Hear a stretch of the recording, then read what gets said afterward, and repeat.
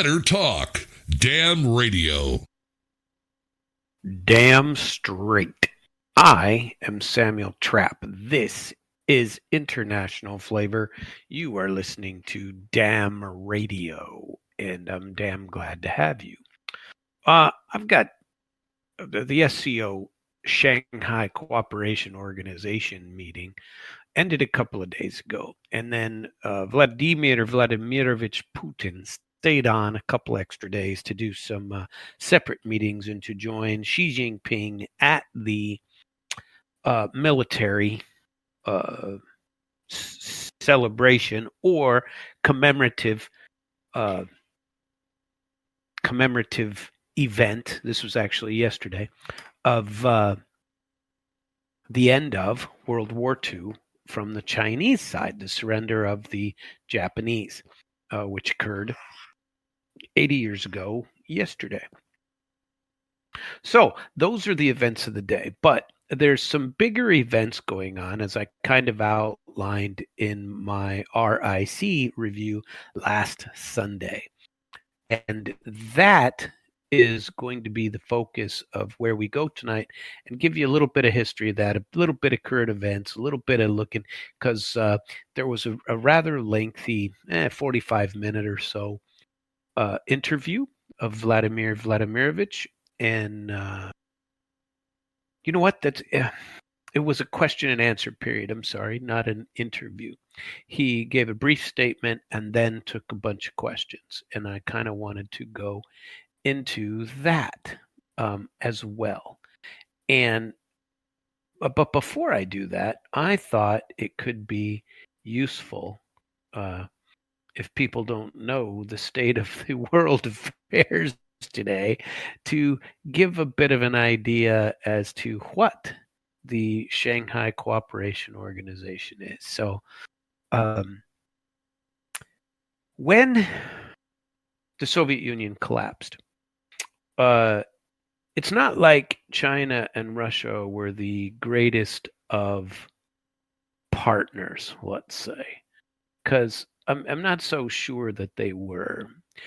They work together in some respects, and they've never been at each other's throats, so to speak. But it's not as if the Russians don't feel as well that the next superpower is China. The next, if there's going to be hegemony, where's it going to come from? That kind of thing. That the next likely, whatever you want to call it, heir to the throne, globally dominant person is China. Now, I'm trying to foster a little bit, not that I have anything to do with anything, but I'm trying to foster a somewhat different approach. What I would like is a different approach. And so when I get, from our point of view, perspective, Western, United States perspective, because I don't really care about the others. But before I got to that, I had two rather interesting experiences today. So I had an issue with my truck. Had to go take it into the tire place and get him to look at a couple of things on the technical crap. And all I know is it cost me money. But I had to go first and drop it off, and I took an Uber back to my destination. And then later in the day, I took an Uber to there. And I don't know what's going on with my transportation lately, but there's been just weird crap. I told you about the stuff with the Uber drivers in Lithuania. I told you about the drunk Russian on the train that got sat next to me. I mean, where do I get these? I'm sitting around going, I told this story to somebody about the drunk Russian, and they go, man, you got some great stories. Well, I got some weird stories. This crap, it's like, why does it happen to me all the time? I don't understand. Why do I get all the weirdos? How come they're coming to my neck of the woods and and it's not that it caused me problems, and I find it maybe they come to me because I can handle that sort of thing. I don't know, but I get weird stories, but I find them to be rather, I don't know, call it educational, call it character building. I don't know, it also, I seem to take things in a little bit of different light. I don't know how, people generally get mad if they. Maybe it's a good thing that I find things funny most of the time, and I'm not a very. Not that I'm not serious. I can be serious as much as the next guy, but that I don't take things too seriously, and don't create world events out of crap that doesn't need to be created. But I have some very strong political views. So when I got picked up from the first time this morning to be taken to my location and get my day's events going, I had about a 10-minute ride with a guy in a nice sort of an SUV Uber thing, and he was from India. Okay, and not too extremely talkative.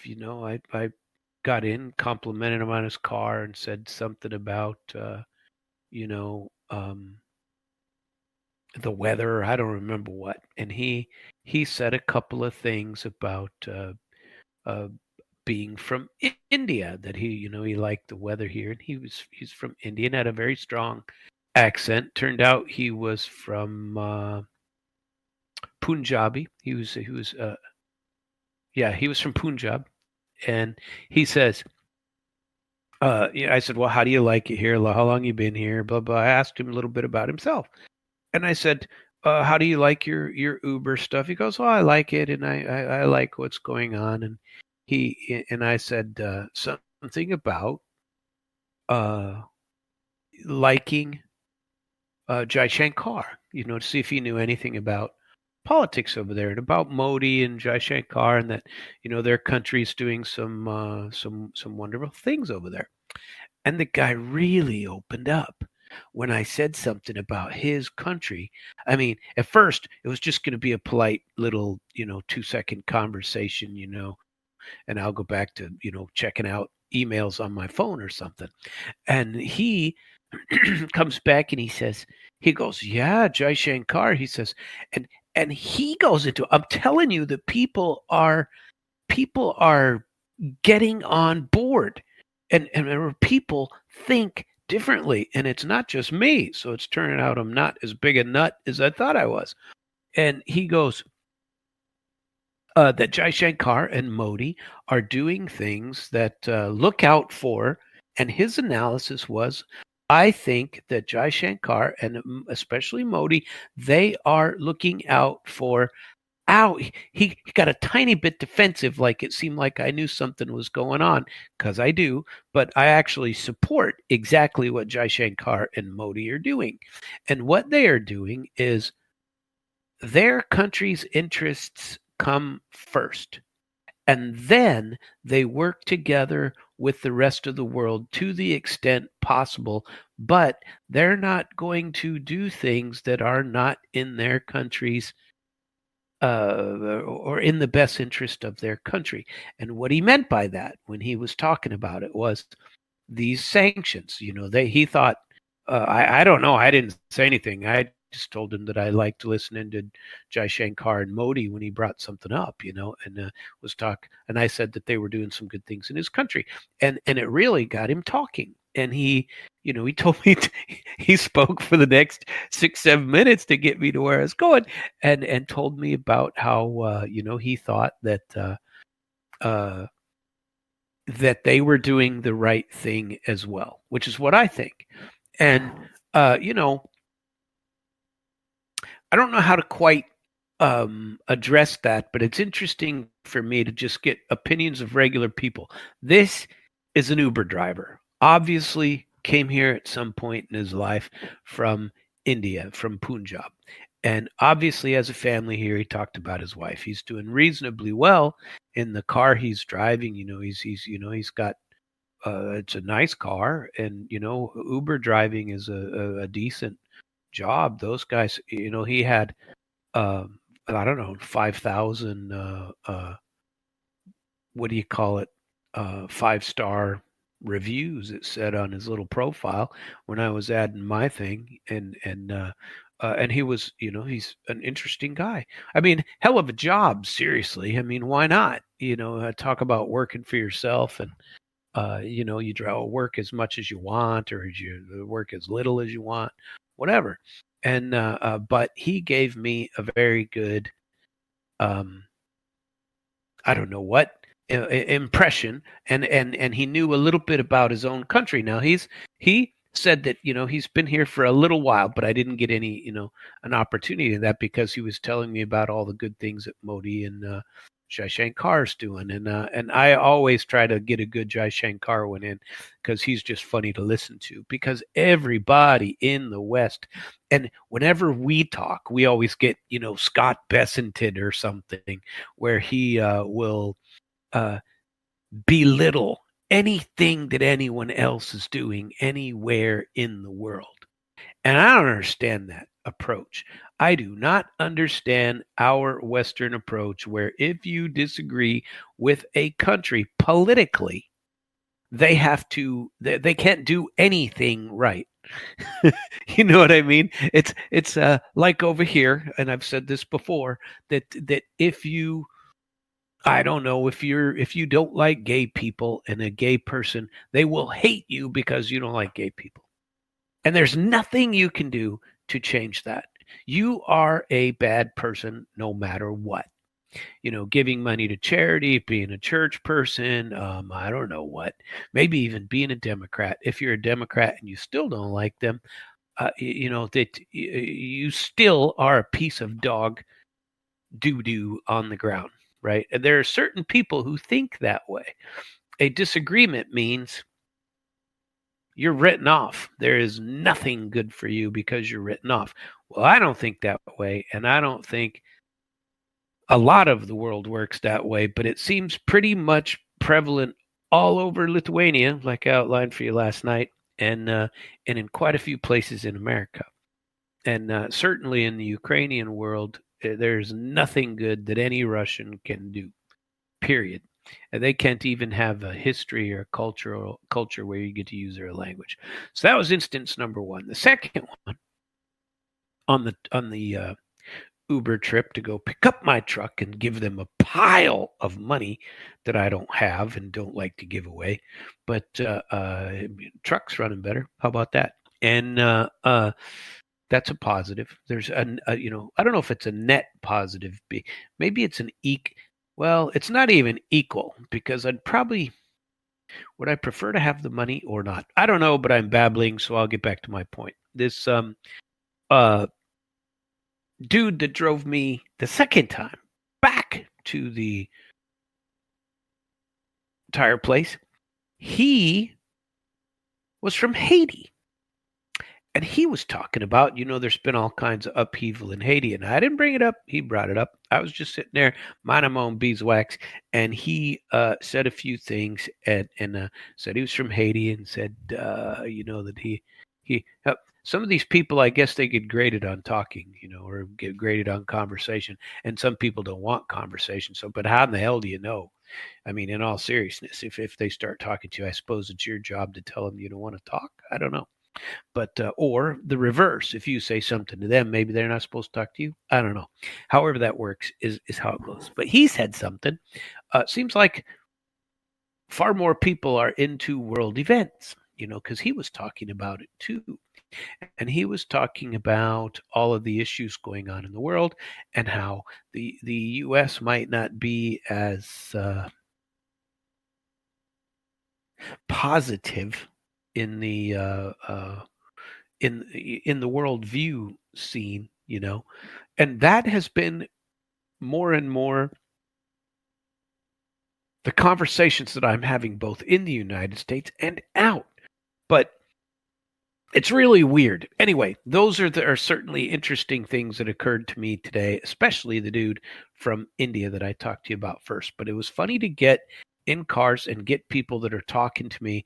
It wasn't like the drunk Russian the other day on the train. That was pretty freaking hilarious, and very informative, and gave a good story to have. But one of the guys, both of them mentioned the meetings going on. Both of these guys mentioned the meetings going on over the past weekend in China, and the world leaders that were meeting over there, including Narendra Modi, and including Xi Jinping, and Kim Jong-un, and Vladimir Putin, as well as many others. Lukashenko was there for a bit. The leader of Pakistan. No. Well, no, he may have been there too. But there's like 20 whole world leaders at this thing called the SCO, which is the Shanghai Cooperation Organization. Okay, now I'm going to tell you a little bit about what that actually is. Okay, the origins of it. The SCO, Shanghai Cooperation Organization, actually started out in 1996 as the Shanghai Five. And it was Russia, China, Kazakhstan, Kyrgyzstan, and Tajikistan. And by the way, if you're ever interested in this, if you are a person who's not from Kyrgyzstan, a lot of them call it Kyrgyzia. And I know this because I've made this mistake, having been to Kyrgyzia a year or two ago, and 2 years ago, went to a sanatorium there. And it was pretty cool. And so if you say Kyrgyzia, that is offensive to a person actually from Kyrgyzstan. You're supposed to call it Kyrgyzstan. And I have made that mistake a few times. But I guess the Russians, for a long time, called it Kyrgyzstan. And Kyrgyzstan they consider it rude. And so you got to make sure to call it Kyrgyzstan, because I've made that mistake myself, but I didn't know any better. But it's been explained to me that that's the way it is.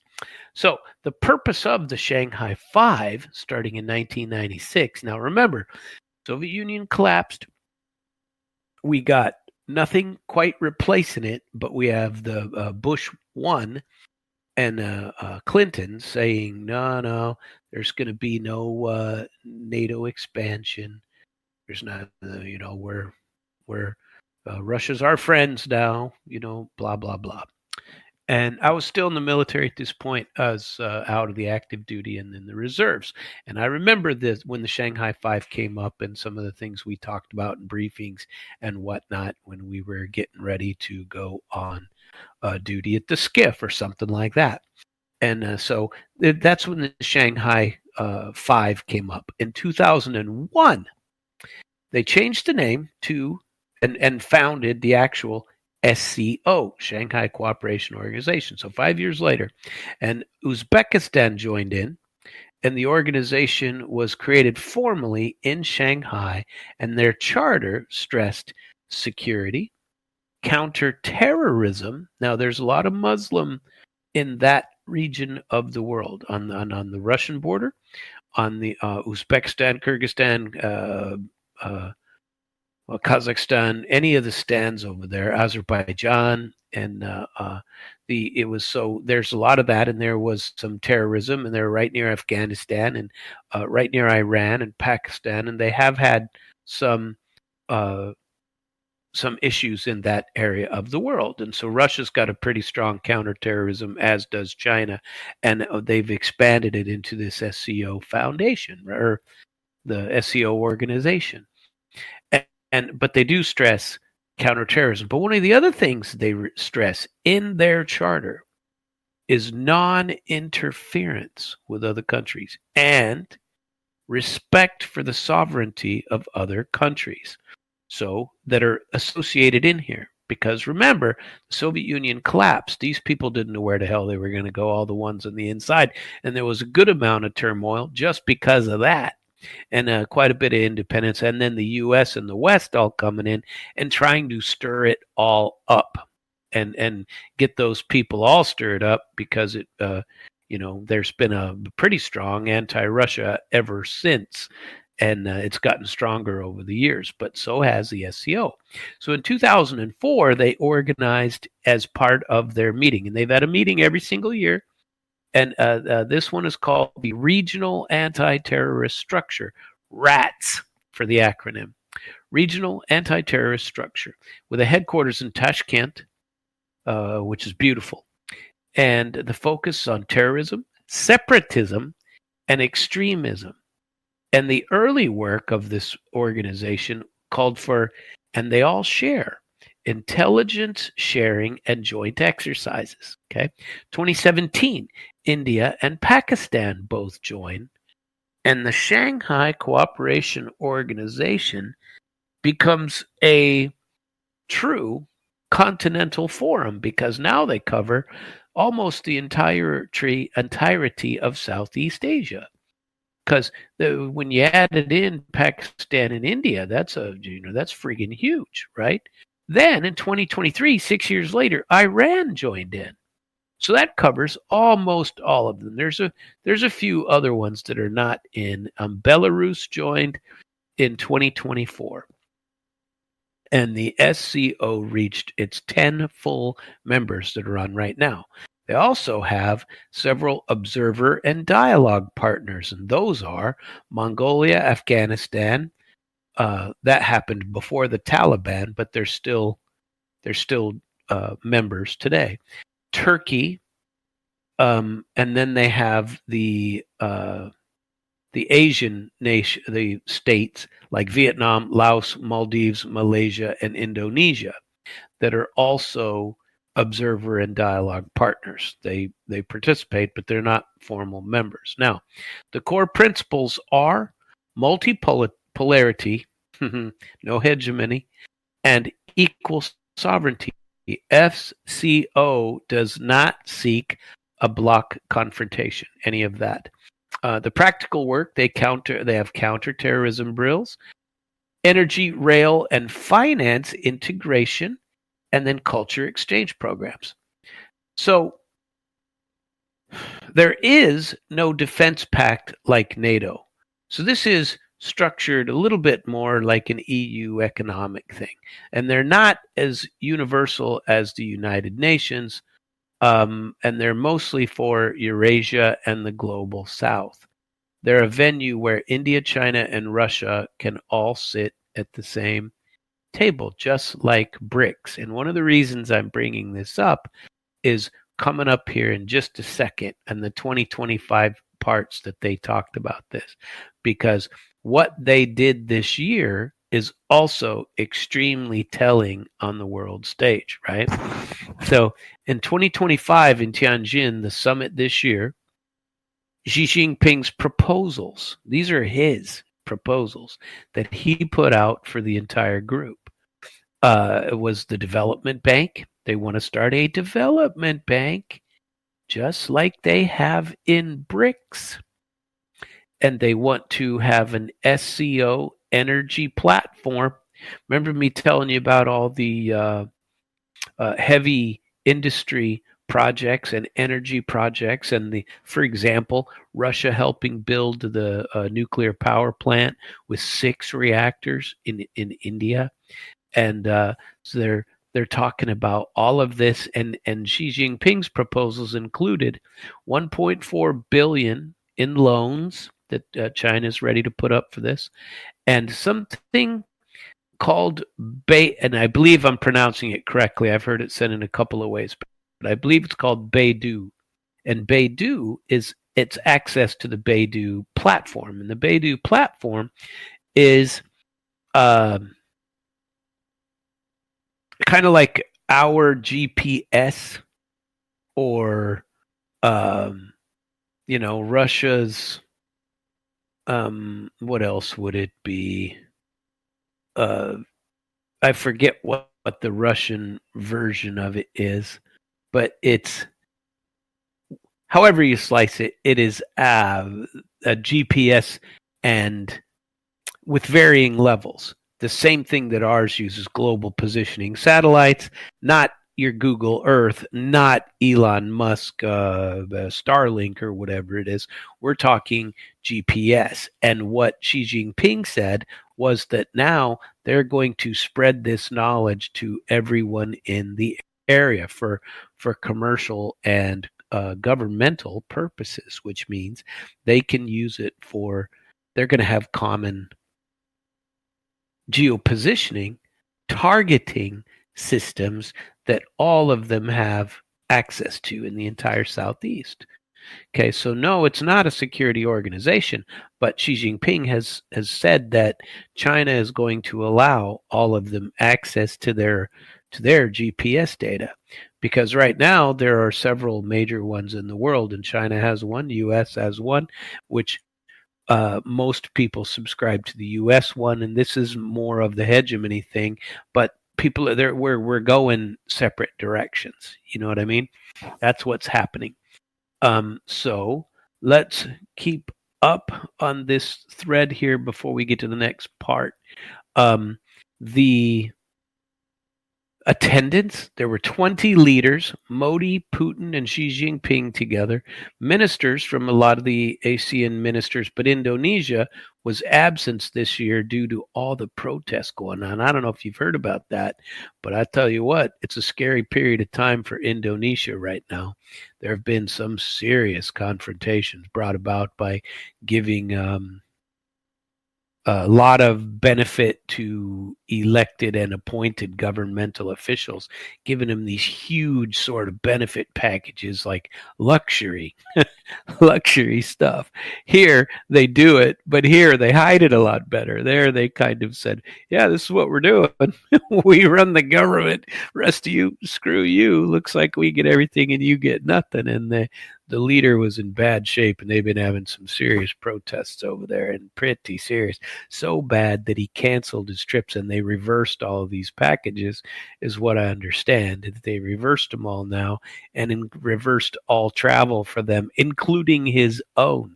So he didn't go to the summit, is what I found out. Let's see. For the optics, this is the first SCO, Shanghai Cooperation Organization, that included Belarus as a full member, and the India and China. That's a big deal, because it continues on from last year. And Xi Jinping is working hard on this, and Vladimir Putin is working hard on this. And so is Modi, to signal that you can work together with people even if you have areas where you disagree. Why can't America learn to do that? I don't understand why we can't do that. We have to, I don't know, call them, they're evil. Everybody's evil, like Besant. We'll get to him in a minute. But there's some notable quotes. Vladimir Putin, he says, we aren't thinking of how to outplay others. We're thinking of how to organize our own work. I thought that was a great quote, and we'll get to the question that brought that up a little bit later. Now, Maria Zakharova, when she was analyzing this SCO meeting that came up, she said, we're strengthening fair multilateralism and restoring the UN's coordinating role without selective interpretation, because one of their big complaints is that the UN is always interpreted against people that aren't, I don't know what, favored in the club, as it were. Don't kiss the rear ring or the rear end of the West, that kind of thing. So when I saw this Shanghai Cooperation Organization, I immediately, and the big meeting and how big it really was this year, it got me to thinking about quite a bit about the BRICS, and quite a bit about why this keeps getting more and more. People are getting much more open about talking about the multilateralism and honoring your own country, like the Indian guy that I rode with today, and saying, you need to ask for what's best for your own. These are things that to normal people, like most of us are self-evident. But why is it so difficult for our leaders, and especially in the West on the government side, to what has happened to us where we must be dominating everywhere. And we can't honor and respect other countries and their notions of fair play, of what they wish to do. Why are we condemning India because they're buying gas from Russia? What gives us that right is my point. I suppose we have the right to do anything, so right's not the correct word. But who made us the arbiter? This is why I like listening to Jai Shankar so much, because he just punches people right in the face with it. Somebody asked him this the other day, and he says, "Look, this some commentator from whatever channel he was being interviewed on, and Jai Shankar says to him, he says to Jai Shankar, he goes, why are you, why are you buying oil from Russia? Geez, Russia's the bad guy," and basically went off on China, and you are bad people, basically is what he says to him. And then at the end, he outlines this question as if it's some kind of a global attack here, that he's going to attack Jai Shankar, as because Jai Shankar is, and Jai Shankar is just the foreign minister. He's not allowing his country to do anything, but he isn't condemning it either. And so he defends his own country. And so the guy asks the question and says, "Why are you buying this stuff from Russia?" And he goes, "Who are you to ask me that question?" "Why are you asking me this?" he says. Basically, it's like, Jesus, who cares? Where you get your oil from, and what makes us, including Donald Trump, by the way, all the way up the line. Who are we to condemn another country for looking out for its best interests? Should India be buying gas and oil from us at a 10 to 20% increase in what they're buying it from their next door neighbor? Is that what's supposed to be happening? Is China not supposed? This is why Donald Trump wants to tariff and sanction them as well, is because they're doing business with their neighbor. This is what we're supposed to do.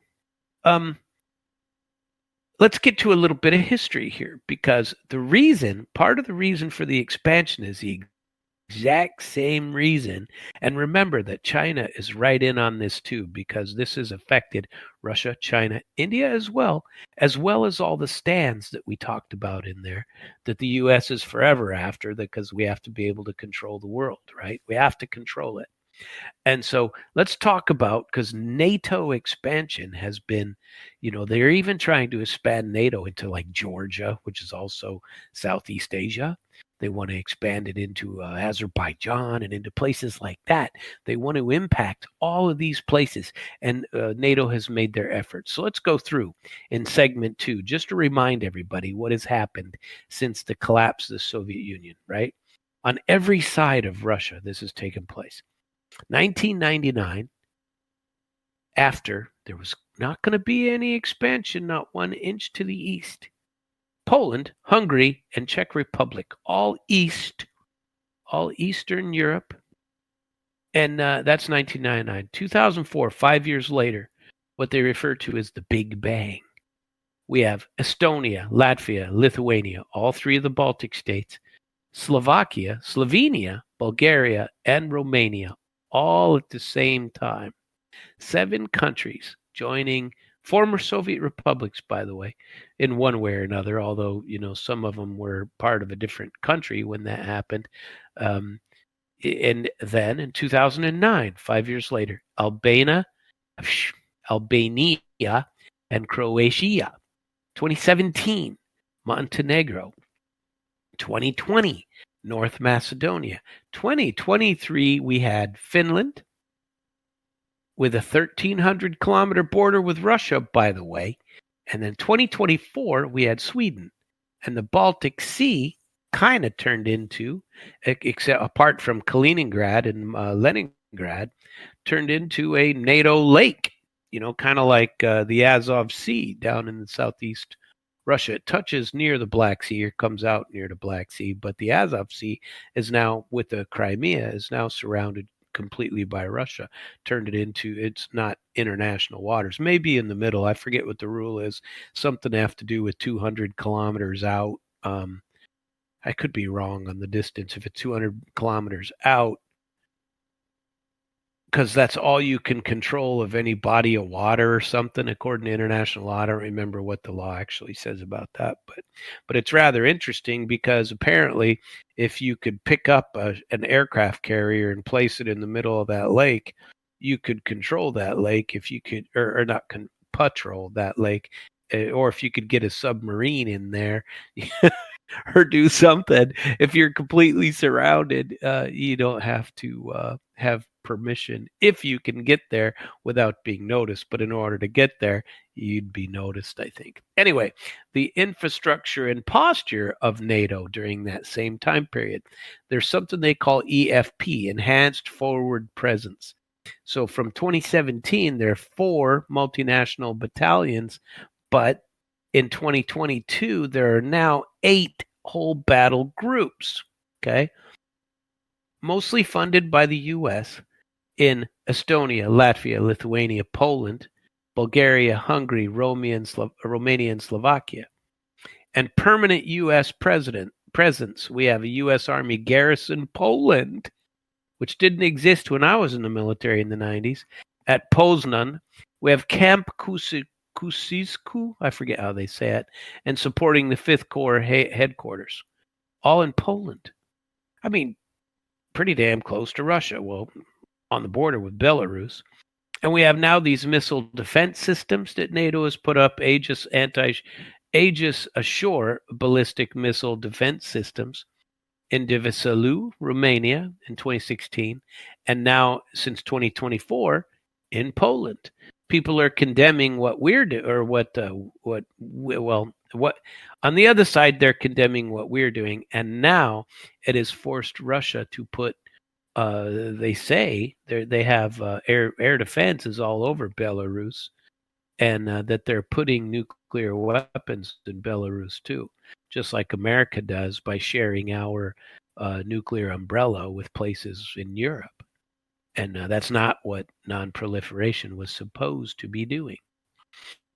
And there's air policing, continuous Baltic air policing and AWACS patrols, all funded by the U.S. Nuclear sharing, B-61-12 modernization, F-35A is certified as dual capable, which means it can carry nuclear weapons, and the UK rejoins NATO's nuclear sharing posture, because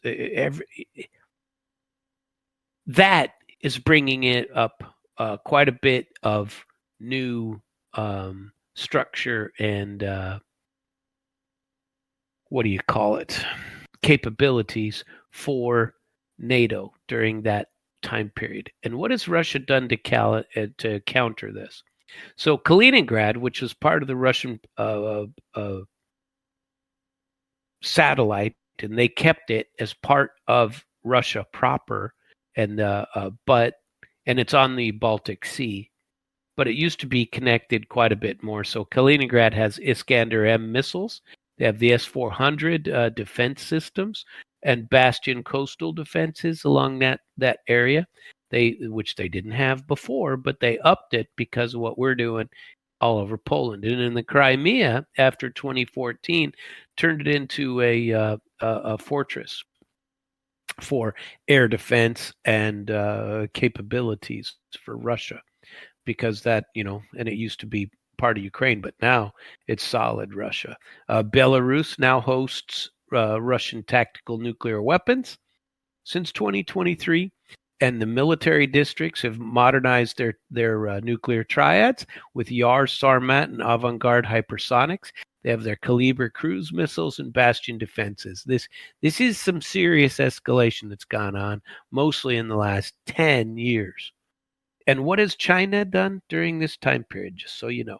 Because that's where the SCO comes in. But the strong, the military might of all of this is China and Russia, but India is no slouch either. And Chinese counters are joint bomber patrols that they're patrolling the Pacific with Russia and in the Sea of Japan.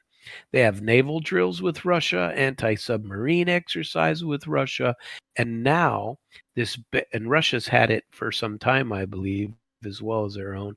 They work together. The BeiDou, that GPS system I was telling you, on the Chinese government side, it's enabled their targeting and their logistics. All are common. So this is being set up as I don't like to call it Axis versus Allies because that's ancient history, but you kind of see where we're going with this. And India is trying to play all sides or play its own side, and that was one of the comments that Jai Shankar made too. He goes, look, why do we have to pick sides? Our side is India. We act what is best for India. U.S. acts for what's best for it. In fact, it dictates what's best for everyone else, but we do not accept that. We defend what's best, or we pick what's best for India, period. And how can you fault the guy? I mean, you really can't. You hear Donald Trump say things similar, by the way. And I don't know, maybe Donald Trump is a better diplomat than we've had in a very long time. And I wonder I would wonder his thoughts on this, but I don't want to get too far aside because I still got a good amount of information to sling your way on this Thursday evening, my last show of the week, until my Sunday evening deep dive. And this one, let's talk about the China's state GPS real quick. It's completed in 2020, state-owned, run by China's Satellite Navigation Office. Equivalents would be your U.S. GPS systems, your Russians' GLONASS, and the EU's Galileo system. So that we each have our own. The commercial uses, you'd use it for trucking, maritime shipping, precision for agriculture, telecom, and synchronization. In the SCO, Shanghai Cooperation Organization, they're using it for all of their, and I found this extremely interesting, for their wide logistics. The SCO everywhere, all over the SCO, which is everybody in all 10 countries and the partner countries, which were another 10, 12, right? 20 showed up to the organization this time. And so they all use the same logistics system. And that logistics is this system that we're BeiDou.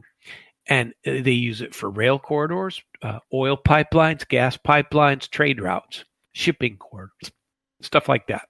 Military uses, they use it for encrypted service, targeting, missile guidance, jamming resistance, integrated into drones, swarms, and naval navigation.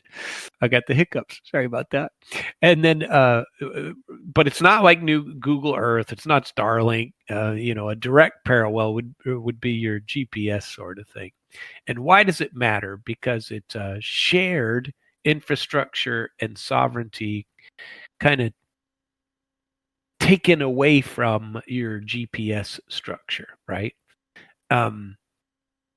Its open service guides taxis. Its encrypted channels guide missiles. That's what's, it's a big deal for Xi Jinping to offer this to everybody in the group.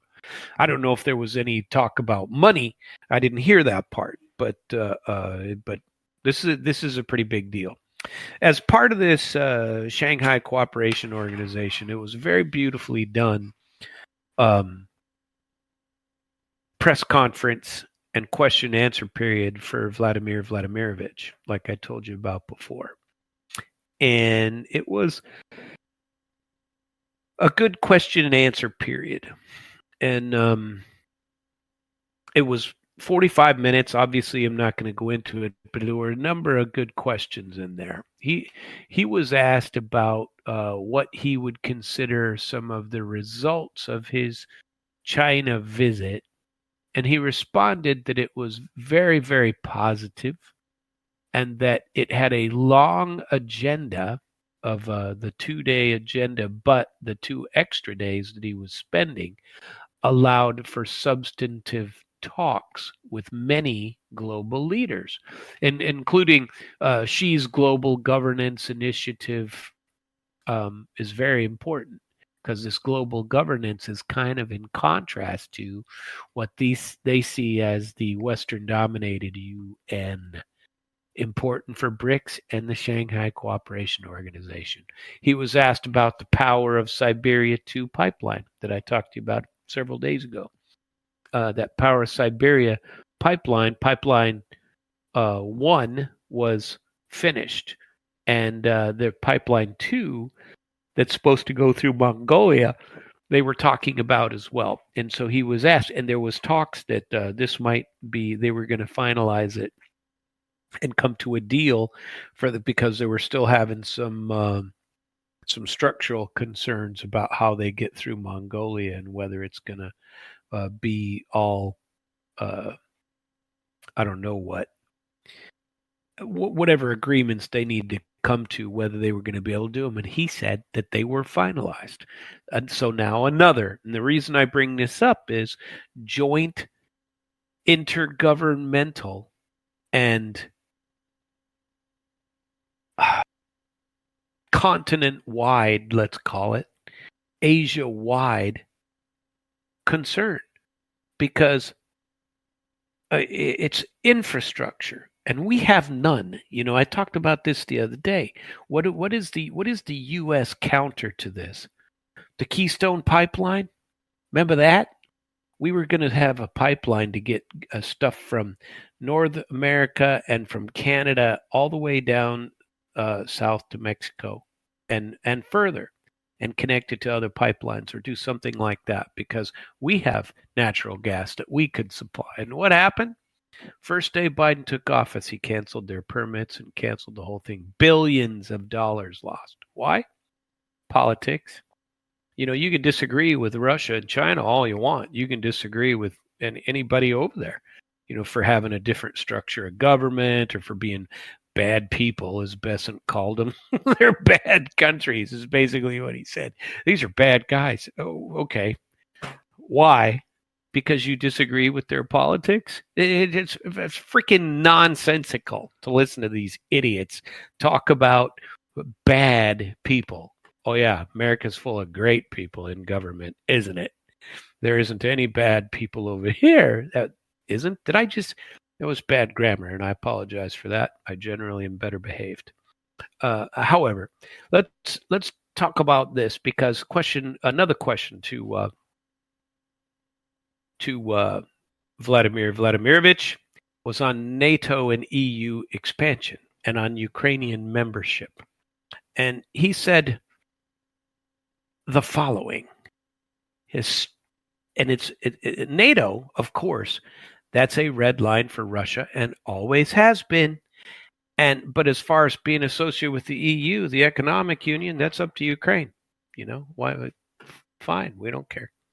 You want to be a member of an economic union? Great. You want to be a member of NATO with more bases on our border after you've done what you've done all over the other countries of the world? You're not doing it in Ukraine. And they've been saying that for 20 freaking years, 30 freaking years. Then he was asked a rather interesting question about meeting Zelensky, and direct to him. And he said, you know what? I'm not ruling it out. But Zelensky's legitimacy is in question. But if he's ready, meaning if you've organized something, if there's something to agree upon, or you intend to come and, capitulate, basically, let him come to Moscow. So he basically said, you want to come? Come to Moscow. So there's I doubt there's a red carpet waiting for the old Z-man. But Putin said, come on down. You want to come? Come on over. Hope we have something to talk about. And we shall see what we shall see when that happens. He said, and then he was asked, and this was a good question. Is multipolarity real yet? Is there such a thing? Is multipolarity, does it really exist? And that was asked by a Russian reporter. And it was, it was but interesting and not hugely deep, but well put, to ask him specifically about this. And he said, yes, contours do exist, but no new hegemon, he's meaning China, should endeavor to dominate. And he says that he believes the term multipolarity equals equality of countries under the law. So basically, legal equality for whatever your country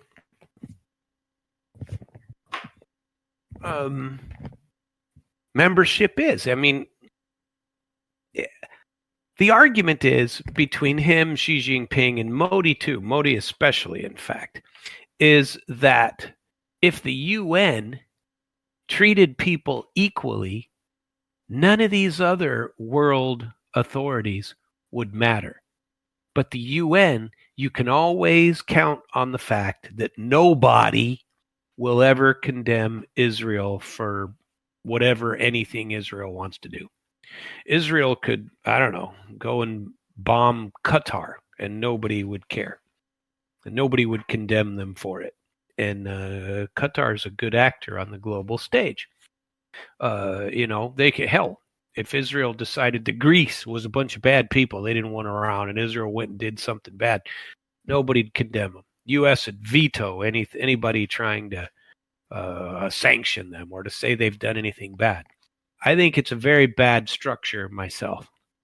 And but they're all too eager to, all too eager to condemn, Russia or China for anything, or even India. And India has been saying for decades, look, we're the biggest country, we're modern, we got this, we got that, we should have much more of a say in the organization, but we don't even get equal representation, really.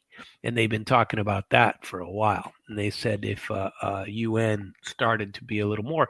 So all these organizations that are coming up, BRICS, which is going to be dominant. I believe that next year is China.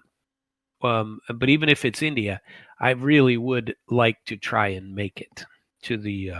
I didn't make it to the Brazil one this year. It kind of pisses me off that I didn't. And I should have, but I didn't. They also made these crazy little difficult. Anyway, I don't need to talk about that. I still got some more stuff. Then they asked him about his frozen money. And I haven't found anything that says they've taken any of the money. There's been some new talks about this $300 billion that's Russian money sitting in Western banking. And they've been using, they keep squeezing the interest out of it and giving it to Ukraine.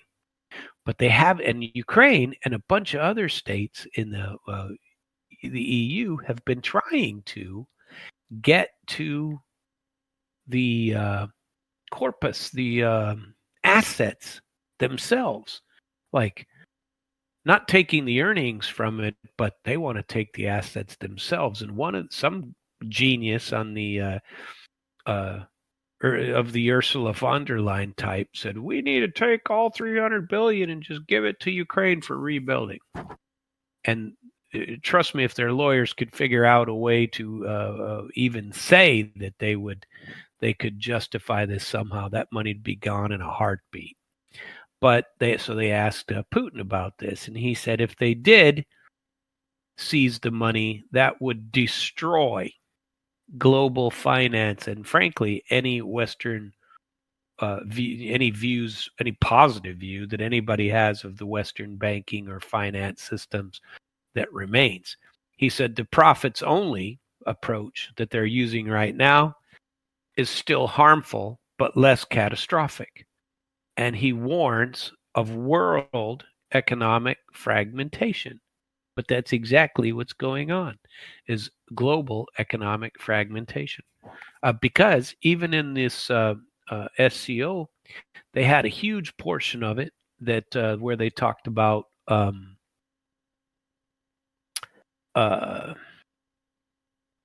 what do you call it? Using their own inter-country funds, like using rubles to buy goods from Kazakhstan and using whatever money they use in I don't know, Azerbaijan to buy. Well, that they're not a member, but in Uzbekistan to buy stuff from. And I don't remember. I have some, but I don't remember what they're called to buy things from Russia. Right? They using your own currency is also a big deal now in the Shanghai Cooperation Organization. They've listed it. They are intentionally de-dollarizing. They're telling people to prep for it, pay in your own currencies. Then they talked about the battlefield situation, and that's been bad news for Ukraine, and nobody's even talking about it. But I tell you, watch my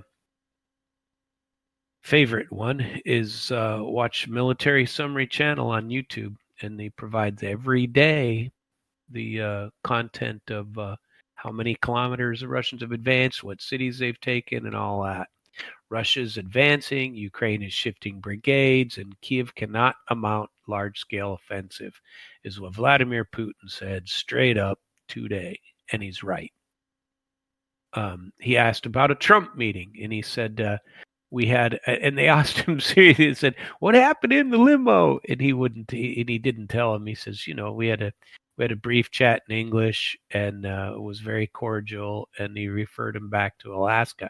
He also said that Trump's invited to Moscow, that there's an invitation out there, that he can have it. And then they were asked about what's the SCO's global role, Shanghai Cooperation Organization? Is it against the West? Is it against the U.S.? And this is where he said that reference that I said earlier in the show. And he said, the SCO is not designed to be against anyone. It is a cooperative platform where we are doing our own work, where we're conducting and taking care of our own work and our own issues. That we're not against anybody. We're just trying to best run the area that concerns us right here. And, what's wrong with that, with any of these explanations?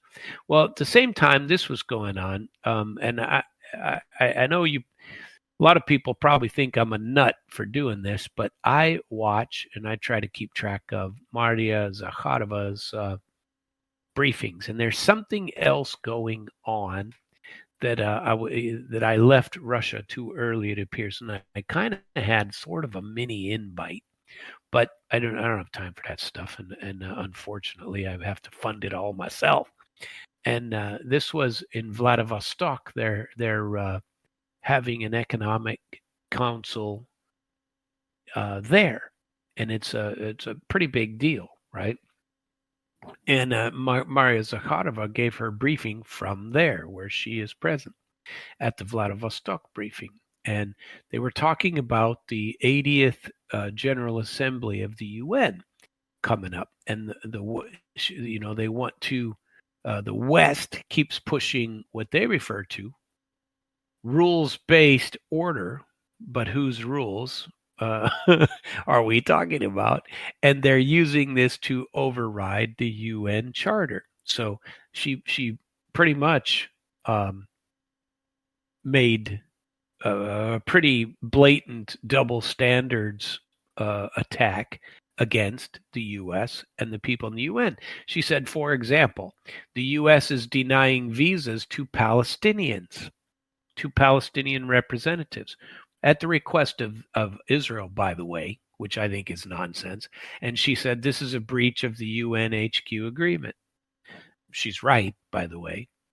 And then she argues that the UN must not be selectively interpreted, but it always is. And this is why other people in the world have a problem with it, because the US and the West will twist it to whatever suits their purposes at the time and then twist it back when it doesn't go their way. That's welcome to the UN. It's been that way for a long time. She gave Ukraine update, not Ukrainian. She gave a Ukraine update saying, she gave the weekly casualty and attack ledgers. She condemns the Western arms continuing to go to Kiev under the Trumpster, by the way.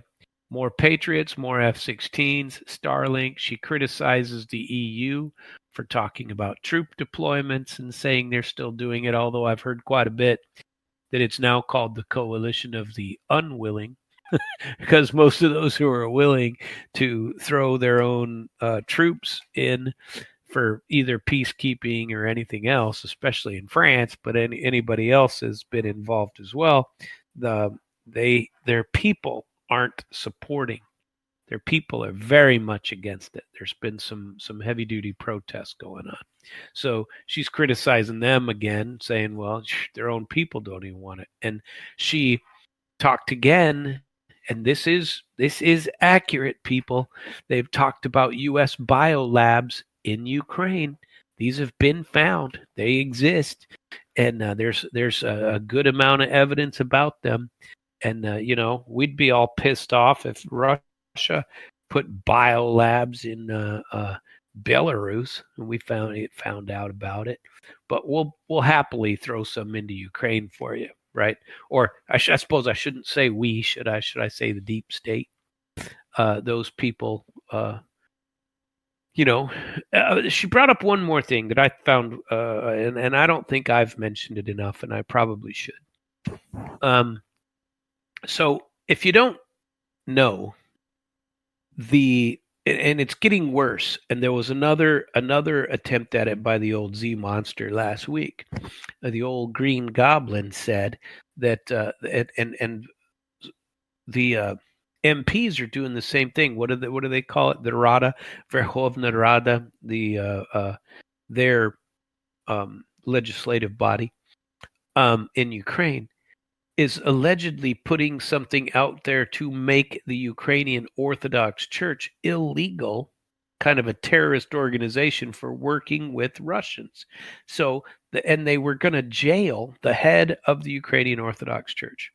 So about however many years ago, I don't remember the exact date, but they declared, these same geniuses declared, that the Russian Orthodox Church, which has been around for a very long time in Ukraine, that it couldn't be based on, you can't be partners with Russia for church, by the way. This is nonsense that you couldn't do it. And Americans would have a fit if you said, geez, you're a Catholic. Well, you can't be Catholic.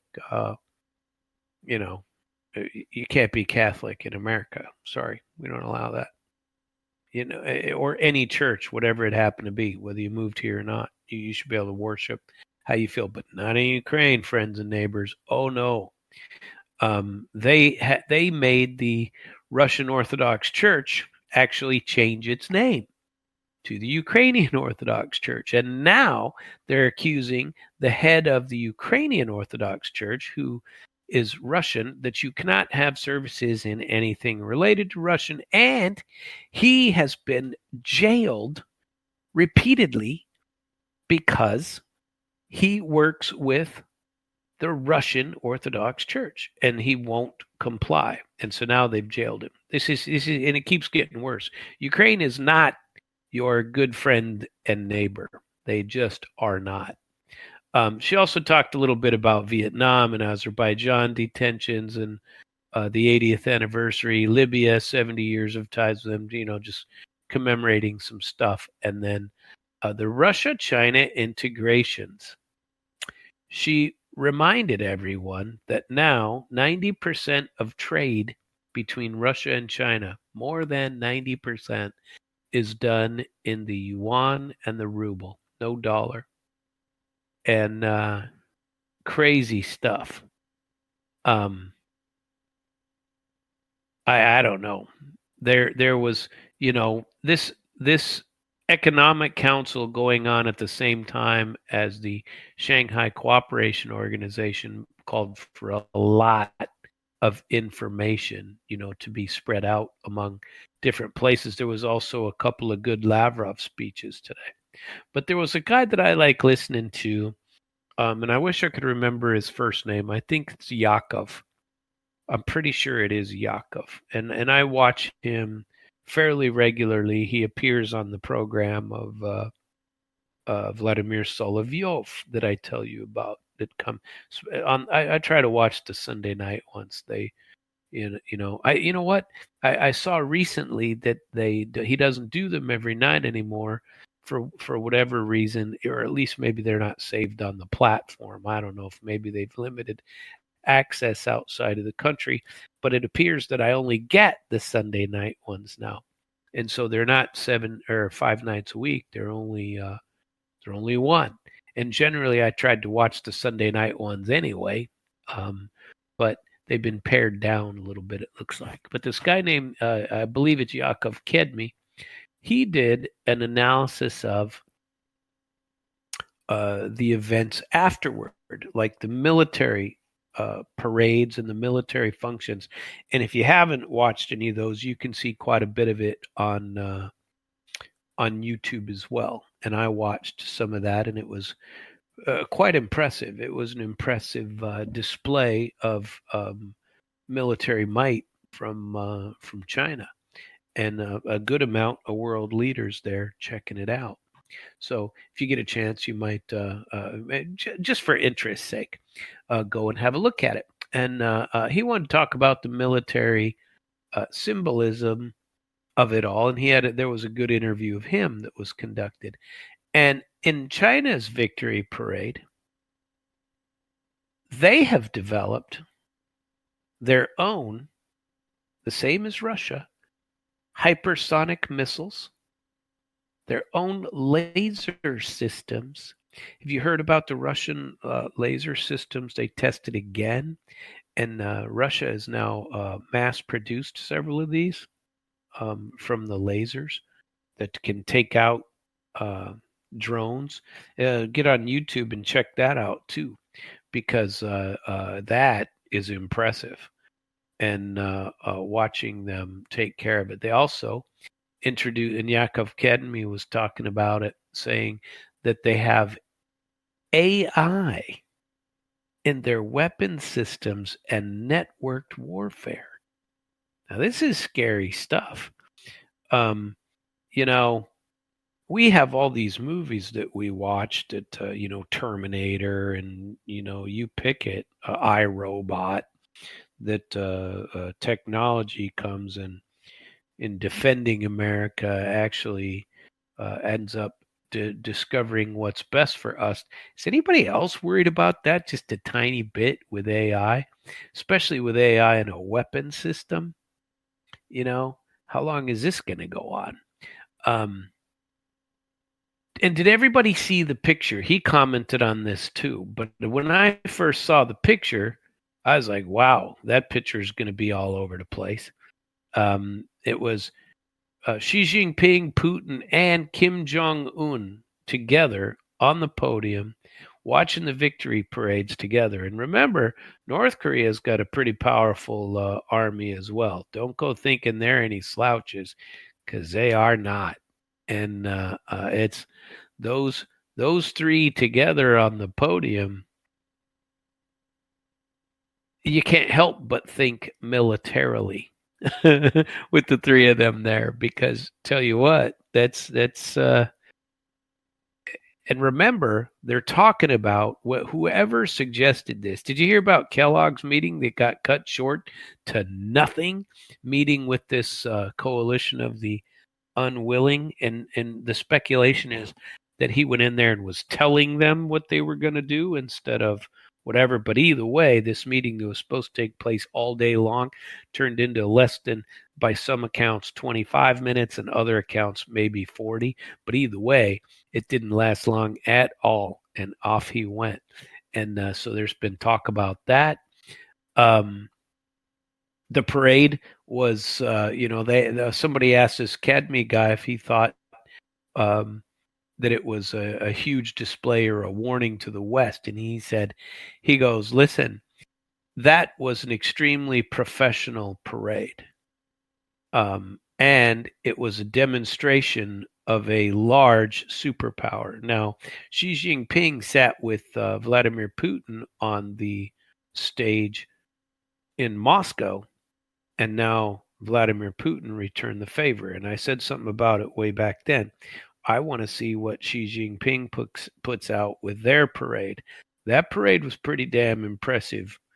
And, they're trying to one-up each other, and who knows what'll come of it. But their hypersonics in China, they are unmatched except by Russia's, which are slightly better, according to all accounts. But China's got some pretty serious hypersonics, too. And their lasers for missile defenses are pretty unique. Excuse me, I got a bit of a cough here. Excuse me. I think, and he made a comment that I kind of mirror, and I said something similar when I was commenting on the lack of Western leaders showing up at the 80th anniversary of the end of the of World War II in Russia. There's no reason that they shouldn't work together to celebrate something of that nature. And usually in a 5, on the, I forget what they call it when it's on the 5-year anniversary, or the 10 or the 15, on years like that are something better, they usually can get people to show up. But nope.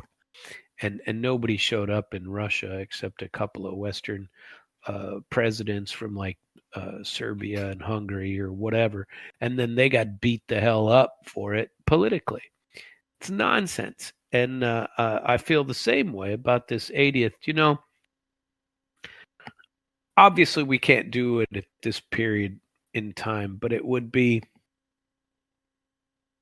extremely brave and show an incredible amount of stones and a huge impact on the world if Donald Trump showed up himself or sent Marco Rubio to go to something of this huge significance, not to participate in the Shanghai Cooperation Organization. I mean, specifically to go and commemorate the loss of some 20 million Chinese people because of the attacks by Japan during World War II. But nope, we cannot, what do you call it?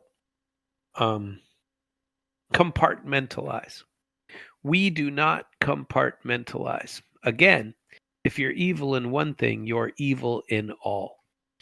And I think that is a huge mistake in life and in politics. And I wish we had more politicians who subscribe to the, small steps theories that, you're not going to change, conquer Rome in a day, whatever that saying goes. You're not going to take care of it. And we can't get anything accomplished because we can't get anything accomplished. Start small. Jesus, be a friend. How do you eat an elephant? Well, take a bite, then take another one. It's us. Does that mean it's not it's not worth it? It isn't worth it to talk to that guy. You'll never get anything done. Well, okay. Well, guess you'll never get anything done then. because that's how it works. And it's that same in everything. I wish we could apply it to our politics as well, because we really suck at global politics, in my humble opinion, and have for a while. So I don't know. Let's keep going. I still got a couple of little segments here that I wish to do. And on this one, here's where I get to my Scott Besson, and I don't like him. For whatever reason, this guy doesn't say anything positive ever, and it's like, geez, what is wrong with you? And so he was asked.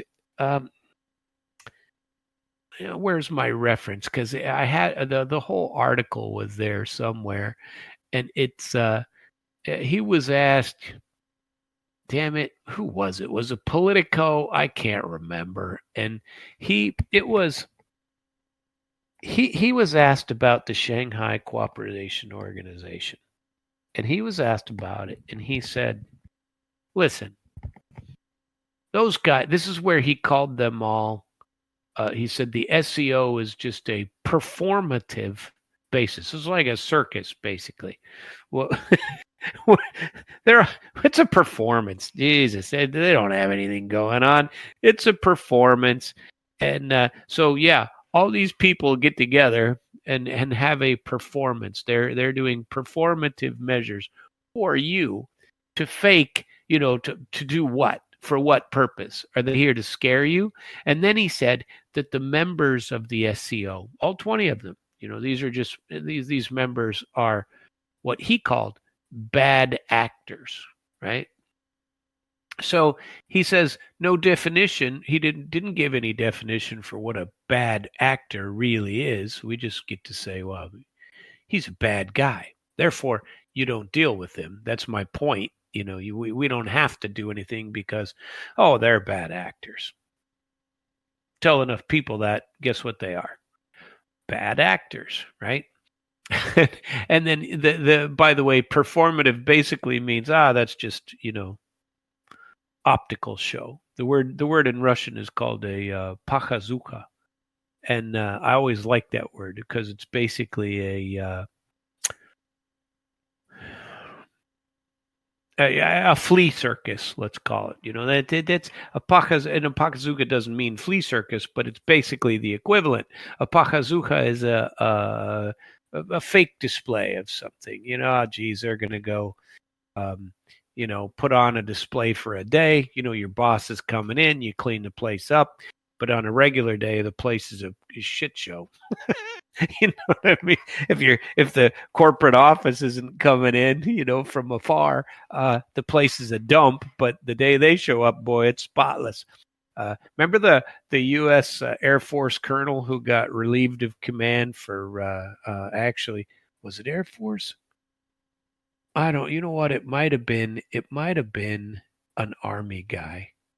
I can't recall, but he actually got relieved of command by a general, and this is the right thing to do, by the way. I might have to look this up on Google and see if I can find it. But way back when I was still serving in the Army, a guy really did get in trouble for having his troopies paint the grass because there was somebody important coming in, and they painted the grass. I mean, how foolish is that? How stupid do you got to be to paint the grass? Well, my percentages keep going down. I was just going to say I'm 95% certain that occurred, but maybe it's only 90. But I remember it being something that we actually looked into back when to see if it was there, and I can't remember if it was in Stars and Stripes or whatever military Army Times, something like that. But there was a story out there, and we all debated it for a good number of days. That is performative, right? Yeah, this is great stuff. We're putting on a show for you. So I'd like to give a couple of rebuttals for that, because we just went over a bunch of them. And what about the SCO meetings was performative, was a show. there's some pretty big deals they talked about, Mr. Besant. And one of them is the banking that they have talked about, that they're putting a new development bank in the Shanghai Cooperation Organization, just like they did in BRICS, to mean that people that are a member of this SCO, just like members of BRICS, can get money from China, mostly, through the development bank. Now, I think that's a pretty big deal, because they don't have to go and kiss the ring or to lick the rear end of the Western-dominated World Bank or International Monetary Fund. That's why they're doing it. It's exactly why they're doing it, because otherwise they're going to be required to sanction somebody at some point in history without any ability to not do it, because their money is all dependent on being given to them only from the International Monetary Fund through the World Bank. And who needs that if you're a developing country and have any idea that you would like to be independent and don't want to be controlled like a colony from, I don't know, from 150 years ago. So I think that's a big deal. The energy ties that they talked about, that's a huge deal. That that they talked about this pipeline thing coming through, and they approved the Mongolia going through Mongolia, and so now most of them can all get very cheap Russian gas the same way that India and China are. And what have we done, Mr. Besant? We got nothing. This, and how are you going to combat that? Sanctions? Good luck. It's not going to work. And I mean, you don't have to be a genius to figure that out. And so talk about political grandstanding, Mr. Besant. Oh, geez, they're just bad actors, and this is all just a clown show. That's it. Oh, yeah. That's the clown show and not you. I probably shouldn't beat up on him so bad. I mean, he's got to have some good redeeming qualities, but why in the world can't you just call it like it is? If people are always gonna, it's once again, this is what they call cancel culture. And he is just as guilty of it as anybody else talking about rainbow flags, right? It's just, well, geez, where's your rainbow flag? I don't want one. Oh, that means you hate gays. No, it means I don't want a rainbow flag. That's not a huge focus in my life. Why do we have to come out and be told that these are all bad people and that they're behaving performatively, when you could just say, well, they've got some good things going on over there. We'll have to keep an eye on that. Or it's not what we would like and we disagree with some of the things that they're doing, but it could be positive for their area. I don't understand it. Makes no sense. What you're trying to sell me. And if you would be more reasonable about it, perhaps I'd buy more of your words or something else. They talked about the power of Siberia too. That's hard infrastructure. That's a big deal. Where's our hard infrastructure? We can't even build a rail system that was supposed to cost 36 million or billion for a high-speed rail. 36 million. I'm sorry. Now it's 100 million, and no, it is billion. I'm sorry, and it hasn't gone anywhere. And they've curtailed it to just a Bakersfield. They've cut it by a third, they've cut it by 2/3. There's only a third of it left. And they still won't get it done. There's no end in sight. Where's Texas high-speed rail? That's been talked about for 30 years. The high-speed rail they got in the northeast of the United States, that shit hasn't gone anywhere. And their high-speed rail doesn't even go the speed that China had in high-speed rail in the 60s. So where's our infrastructure? What do we got? What have we done? I don't know, but this is just performative. Sorry to beat up on him. What about RATS, the real counter-terrorist coordination? That they had some pretty big development on that. SCO is not NATO, right? They aren't there, but they had workshops where real projects got hammered out. The multipolarity is no longer just a slogan world. It's like what Vladimir Putin said. We're taking care of our own issues. We're just getting work done over here. That's what we're doing. Where's us? It's like they're working off of engineering diagrams, and what are we working off of? Seriously, what are we working off? Do we have any any sort of even regional stuff. Oh, anyway, I've been on a roll tonight. Sorry about that. So over the next 12 months, the SCO had a bit of a guide. Where are we going to go? What are we going to do in the next 12 months till we meet again, basically? What are we going to do? The SCO is going to finance, have financing structures in place for a lot of different things through banking, through bond issuance for other countries, and through this development bank that they're creating to allow loans and notes for countries. They're going to roll out all of this BeiDou GPS equivalent all over Eurasia. And leg 1 of Power of Siberia 2 is already done, and leg 2 of Power of Siberia was just agreed upon, and they intend to have 2 of their milestones met by the time they meet next year. These people come up with international projects and follow through on them. What do we do? I mean, seriously, what do? We can't even get regional infrastructure projects done in the U.S. on any level because all the money's given to the state. And I'm not against that, but the structure of it means that you can't really do it. And international cooperation, I went through that. We need to have a wake-up call, is what I think, that the U.S. needs a serious wake-up call. Important quotes from this. Contours of, like Putin said, the contours of multipolarity do exist in our structures where everyone is equal. I mean, that's some powerful stuff. Zakharova, the problem isn't the UN itself. The UN's a good organization, basically. But the problem is the West always bends the charter to meet its own needs. And this is accurate. Okay, this is not Sam's dream. This is the fact that we bend the charter to meet our own needs willy-nilly whenever we feel like it, with no real justification except politics. So why doesn't anyone trust us?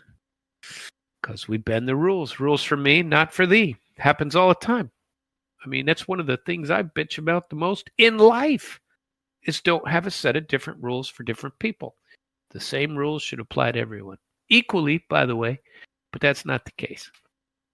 Yakov Kedmi, what did he say? China showed its hypersonics, lasers, and new nukes. Nobody has anything like this, he said. And by the way, I think he's right, too. You know what? Do we have any serious military parades in the United States? I mean, we do for the Army's birthday and for other stuff like that. But do we have an equivalent where we go out and show our might? I really got to look into that. I remember seeing a couple on 4th of July and things like that, but most of those are not really for the purpose of glory or showing our capabilities. I wonder, I'm going to have to look into that. I don't think we do. If we do, let me know. SamuelT@internationalflavor.com. And I'd be happy to do so, or live@damradio.com. And JR will make sure I get it. BeiDou guides taxis and missiles all at the same time. Is that multipolarity in orbit? We wonder. That could be kind of cool. So important terms that we've talked about today. I mean, we've got the BeiDou system. We got Zakharova in her 3-hour briefing on the UN rule bending Ukrainian ledgers. Kedmi's analysis, this performative nonsense that we've had to listen to from Besant, who said that, oh, geez, it's all empty over there. There's nothing to see here, folks. Just turn around. Nonsense. Anyway, that's all I got today for the show. I appreciate you being with me, and I appreciate you listening to Damn Radio.